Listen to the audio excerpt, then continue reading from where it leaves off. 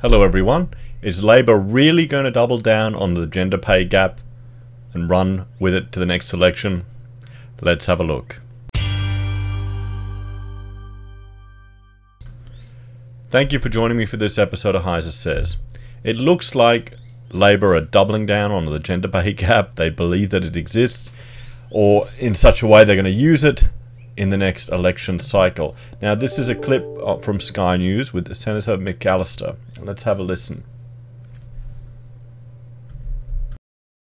I want to get on to a topic, though, I know you've been talking a lot about, the gender pay gap, which has sort of been stuck at the same level for about 20 years or so. It's actually a gender earnings gap, not a gender pay gap. So people need to stop calling it that. They really need to stop that, because we have legislation in place that deals with all this stuff. You know, everything they're saying, when they use the term gender pay gap, they're already wrong. I think you've chaired a Senate inquiry into this. Tell us, what's the best thing government could do about this? Stay out of it. There you go, done. Interview over. Let's see what she has to say. Yeah, well, women are actually sort of the under-recognised resource of the Australian economy. They go off to work, they earn substantially less on average than men for the work that they do. Because they're working generally in different fields, which have different skill levels. It looks like we're getting the same old argument that a Cert 3 in childcare, where you play with crayons and children, is the same as a Cert 3 in metalwork, where you weld, wear safety equipment, and have to deal with dangerous chemicals and gases. Yeah, it's all the same. And then they actually go home and perform a second shift, often looking after kids or parents or... Because men never do that. Men don't have high-risk jobs. Today I was just reading about a man that fell off some scaffolding and a brick wall went all over him in a construction site. Maybe that's why there's a difference in pay, because they're risking their lives for their families. People with disabilities, they're really carrying a pretty heavy load, and what's needed is for government to actually start to deal with this problem in a serious and coordinated way. This is just code speak for we want more control over your lives. We want to remove your ability to have freedom of choice. We're not happy that women are choosing to not go in these higher earning male professions to earn us more tax dollars. What really gets me angry is you've got a whole generation of people preaching to us, politicians, leaders, feminists, that are preaching to us, and for them it was actually a choice. These days it's not a choice. If you want to get a house, you both need to work. If you want to live, you both need to work. It's not a choice anymore. You kind of screwed us all over. The gender pay gap's been stuck at sort of 15 to 18% for about 20 years. Basically, it hasn't shifted since I left university, which I can assure you is quite some time ago. Huh. I bet you went to university during the Whitlam time when it was free. I bet you. I should look that up, but I really don't care that much. But I just have a feeling that you didn't pay for your uni. And what we need is for the government to actually show some leadership. It's not enough to measure the gap. We need to say, here is the gender pay gap, here is our strategy to close it. And that will require coordinated effort right from the centre of government. Centre of government, right there. More centralisation, more bureaucracy, because that always fixes everything. Every time the government gets involved in something, it always works out perfectly. Just look at the NBN, you know, our broadband internet here. How much of a pathetic mess of a rollout it's been compared to private industry that was already pushing ahead with the tech. Oh. And that was the main recommendation of the report that I chaired. The interesting part about this, and I've read some other things on this as well, KPMG have looked into it, is the biggest factor is industries, that women are in lower paying industries. So should they shift industries? Should the industries somehow pay more? Because the problem with that is you can't just change what an entire market economy decides different industries are. wait till they get their fingers in it. They're going to change it, mate. They will guarantee they'll change it. They'll centrally plan the hell out of it. Worth, can you? Well, you're right. Australia's workplace is very gender segregated. So 6 out of 10 Australians work in a highly segregated workplace. Most people don't know what it's like to work in a gender-balanced workplace, and that's a really sort of difficult feature of our economy. I think the solution to it is probably a number of things. We do need to lift the pay in feminised workforces. Do these people understand how the free market works? Should there be an introduction to Economics 101 once you become a senator or a politician? Should we have mandatory minimum education for these people that are leading our country, regardless of what law degrees they did or even economics degrees they did, anything? Because she doesn't... Does she know the implications of what she's saying here? The wider implications to the economy, to the future? I mean, she doesn't care. You know, she's going to retire soon. It won't matter to her. It'll be the next few generations. It'll be my kids that are suffering when the economy tanks, because we've got a generation that's going to vote Labor in again, and we're going to have another recession Australia had to have. If you don't know what that means, look up Paul Keating. Workforces have been historically undervalued because the work that they do often looks a lot like the work that women do for free at home. See, I wanted to pause on this because she's making the claim that because it looks like the work women do for free at home, and that's why it's undervalued. Well, no, it's because it's less risk, requires less training. That's the example. The crayons versus metalworking right there. Same qualification level. One is an apprenticeship that takes 4 years. One is a course you could do online. And historically that means that childcare workers, aged care workers, people caring for disabilities professionally end up being paid substantially less than people with similar... I wouldn't really consider them a profession. They don't swear an oath. They don't have an act taking care of them that I am aware of. Is there a professional childcare workers oath? They're not like the doctors. They don't have a vow they need to take. So, it's not really profession. It's more trade. Even then, is it a master trade?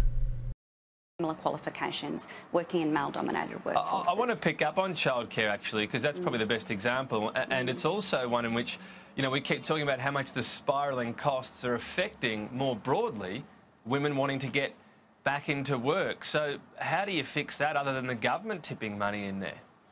I'm going to interject here because I've got a solution for childcare. We need to get the government out of that sector. We need to allow businesses to provide smart packages to people that include childcare as part of their wage.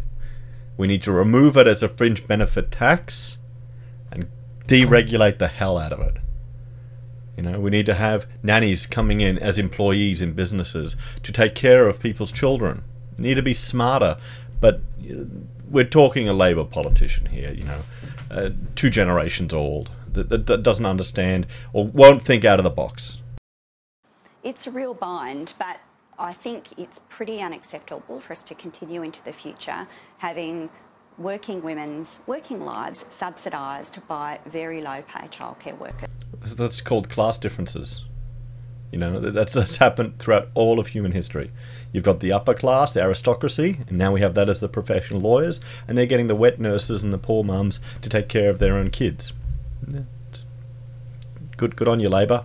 You screwed it.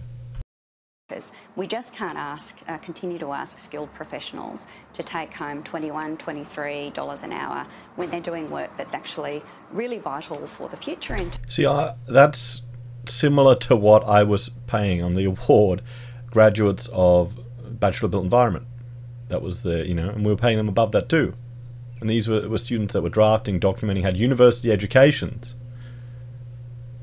So we'll have someone in a Cert 3 equal to that. They're not. In terms of early childhood education, but also really essential, as you say, for maintaining women's participation in the workforce. But that's a real issue, isn't it? Surely, at the moment, everyone agrees the costs are pretty high. If you're going to increase the cost, or the pay, I should say, the cost will increase unless we're talking about a lot more government money. I'm not missing something there, am I? One of those two things has to happen. I think it's a little more dynamic than that, because if you increase the availability and affordability of childcare, you may start to see more women taking on more hours, and the consequence of that would be more taxation revenue. See, I'd be interested to see if they've actually done any economic modelling, because an economist could quite easily model this and give you some figures and say this is the percentage, the likelihood of this happening or of this happening. I would love to see that information. If anyone's found it, please share it in the comments. I bet you they haven't done it. The Senate inquiry would just stick on all the touchy-feely, wishy-washy rubbish that wins votes. Because, you know, Labor seem to be going hard with this. Shorty Shorten is running home with it. So it's not as zero sum as you make out, and I think that it's time for government to start. But it still means more of that money going back. Sorry, I mean Senator. So sure. If you're going to boost the pay of childcare workers, I know we're focusing on one industry, but you'd have to be involving government money or it would get more expensive, right? I think you're right that government needs to be part of the solution for childcare workers. There's no solution. It's interesting how she twists what he's saying. He's saying government involvement. We need to get government out of childcare. But, you know, people are terrified and, oh, think of the children, think of the children. And that simply involves pushing further costs onto working families. One of the challenges we know is that for women who seek to increase their hours of work from, say, 3 days to 4 days, they basically can go financially backwards because of the additional costs of childcare, and that's pretty unacceptable. But it is a real problem for our economy. We know that if we could get more women working, we could very, very substantially increase Australia's GDP. There are real economic benefits for fixing this problem, and it needs to be a solution that encompasses fair pay for childcare workers and affordable care for working women. If you're talking right now of women, for example, there might be girls out there later on in high school who might not be, you know, the beneficiaries of longer-term reform.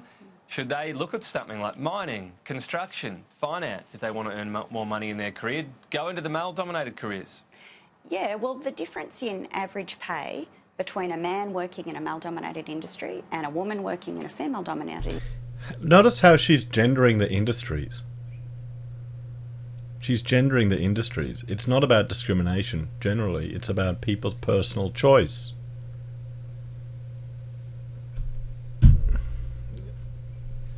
Industry can be as much as $40,000 on average.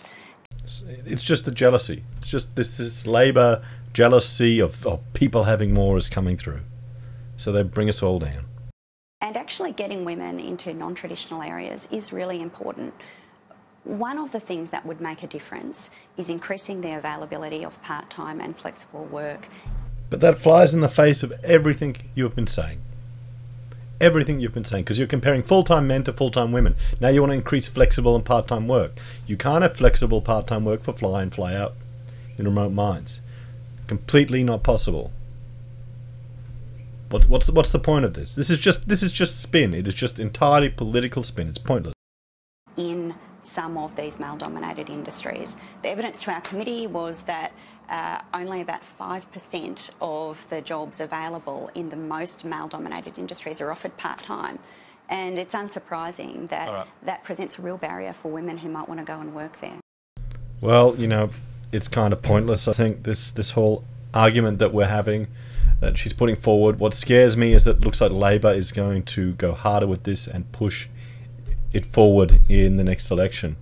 Let's hope it doesn't happen. Guys, thank you all very much for joining me for this episode. Please like, share and subscribe, and I will see you again next time. Bye for now.